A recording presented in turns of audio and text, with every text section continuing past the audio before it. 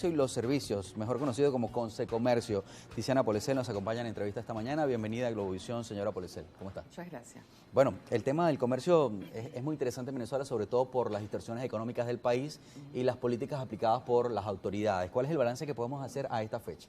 Bueno, como punto de partida hemos reportado que aún nos mantenemos en negativo en relación a los mismos 5 meses, enero-mayo del año pasado. Ese negativo ha ido disminuyendo, hay que decirlo, los primeros 3 meses fueron particularmente críticos, hemos ido disminuyendo el negativo, pero aún persiste.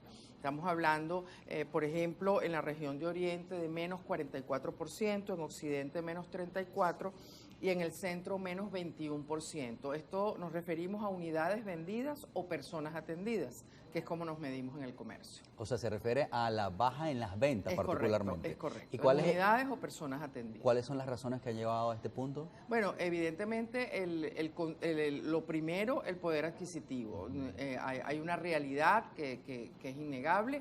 En segundo término, bueno, elementos como la inflación, elementos como la falta de crédito, sin duda alguna afecta. La falta de crédito al consumo tiene sus repercusiones. Y en los últimos tiempos, evidentemente, hay otros problemas que tienen que ver con servicios públicos que hacen muy compleja el trabajo de justamente los comerciantes. Siempre teniendo en consideración la profunda diferencia que hay entre Caracas y el resto del país. Lo que nosotros vemos en Caracas en servicios públicos, en comportamiento de venta, etcétera, es totalmente distinto de lo que vemos en algunas regiones que realmente están pasando por momentos complicados. Primero, todavía con combustible, aunque ha mejorado en las últimas horas, pero energía eléctrica, por ejemplo, tanto Zulia como Carabobo tienen muchas interrupciones y largas además, o sea, por periodos bastante largos. Eso conectividad también, ¿no? Eso, por supuesto, cuando hablamos de energía eléctrica, estamos afectando la conectividad, estamos afectando puntos de venta, estamos afectando incluso la operatividad del negocio. Hay negocios que solo pueden trabajar con energía eléctrica, entonces evidentemente esto hace muy complejo, especialmente en el área de los servicios, esto hace muy compleja la operación. Entonces hay una serie de factores importantes, pero no menos importante es el tema, por ejemplo, de la informalidad y de los ilícitos. Eso hace que el comercio formal se vea afectado, porque las cifras que nosotros reportamos son las cifras del comercio formal. Entonces, evidentemente, si crece la informalidad, que es lo que estamos observando que ocurre, pues evidentemente la formalidad se afecta. Esa informalidad crece principalmente por la voracidad fiscal, por ejemplo, el alto costo de ser formal, tanto en el pago de los impuestos, tasas, tributos, como, por supuesto, en los trámites que hay que hacer para formalizarse. O sea, la conformación de una empresa, el registro.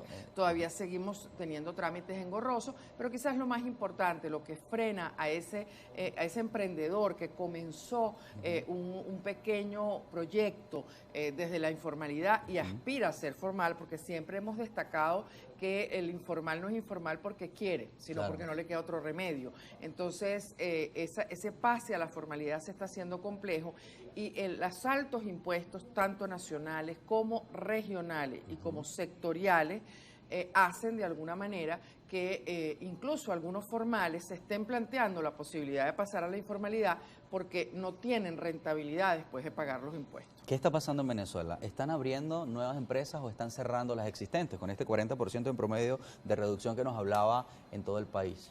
Hay una migración hacia la capital. Hay muchas cadenas comerciales que nos reportan que están cerrando justamente por todos estos problemas que mencioné, que están cerrando en algunas ciudades de las diferentes regiones del país y trasladando o concentrando sus operaciones a 2 o 3 ciudades. Esto es muy negativo para la gente justamente que vive en las zonas más alejadas de la capital. Hablamos de la zona central principalmente. Claro, en todo el país. Vemos este fenómeno en todo el país. Hay ciudades donde el comercio está particularmente muy deprimido, insisto, por un tema de impuestos, por un tema de dificultad de operar, por servicios públicos. Entonces, evidentemente, algunas cadenas están concentrándose en las ciudades que tienen mejores servicios y donde además los impuestos no son tan voraces. Entonces lo que pedimos es racionalidad, lo que pedimos es que pensemos que el país no es, Venezuela no es solo Caracas, eso hay que tratar de entenderlo, especialmente porque algunas regiones están sufriendo muchísimo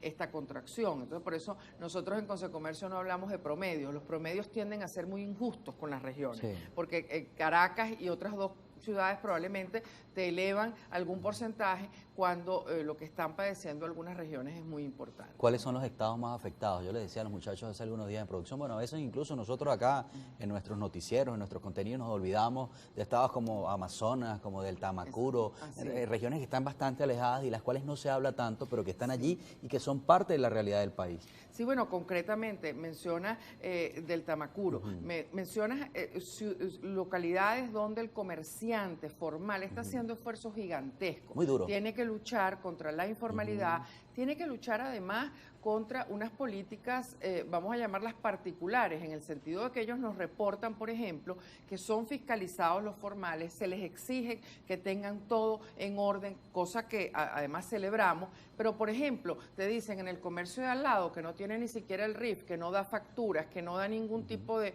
garantía, bueno, a ese comercio veo que no lo fiscalizan. Entonces, nosotros lo que pedimos los formales es igualdad de condiciones, porque evidentemente ese que no está pagando los impuestos, ese que no está pagando las tasas, puede vender más barato, pero puede vender más barato a costa justamente de que el formal está pagando los impuestos por él, claro, y eso no es justo. Nosotros no nos oponemos a pagar servicios de calidad, nosotros no nos oponemos a pagar los impuestos. Lo que aspiramos es que los paguemos todos, porque entonces si los pagamos todos, lo que le toca pagar... de calidad, si no, pagas de calidad. Además, ese es el otro problema que nos reportan. Suben las tarifas, suben, digamos, el costo de, por ejemplo, energía eléctrica, agua, y cada vez el servicio es peor. Entonces, por supuesto, insistimos, lo paga poca gente, no les llega el servicio y además ven el aumento, entonces en el costo, pues. Entonces, evidentemente, el comerciante dice, me han bajado las ventas, me suben exponencialmente los gastos y, por supuesto, no está habiendo rentabilidad. Por eso es que vemos, por ejemplo, que el comerciante adopta alguna estrategia, por ejemplo, de rebajar los precios muchísimo, incluso vendiendo por debajo del costo, porque al no tener crédito, él no tiene dinero para cumplir con sus obligaciones. Incluso entonces está vendiendo por debajo del costo. Claro, prefiere perder un poco antes que perderlo todo. Exacto, pero esa es una estrategia que solo puedes mantener por corto periodo. Si la extiendes, cierras. Tenemos que hacer una pausa obligatoria por la hora, pero cuando regresemos me gustaría que habláramos particularmente del tema de la voracidad fiscal a la cual se refiere y qué pasó con el impuesto a las grandes transacciones financieras. Por cierto, uno se pregunta cómo hace un municipio como Torbes, en el Táchira, con 20 horas sin energía eléctrica como ocurrió ayer, para operar el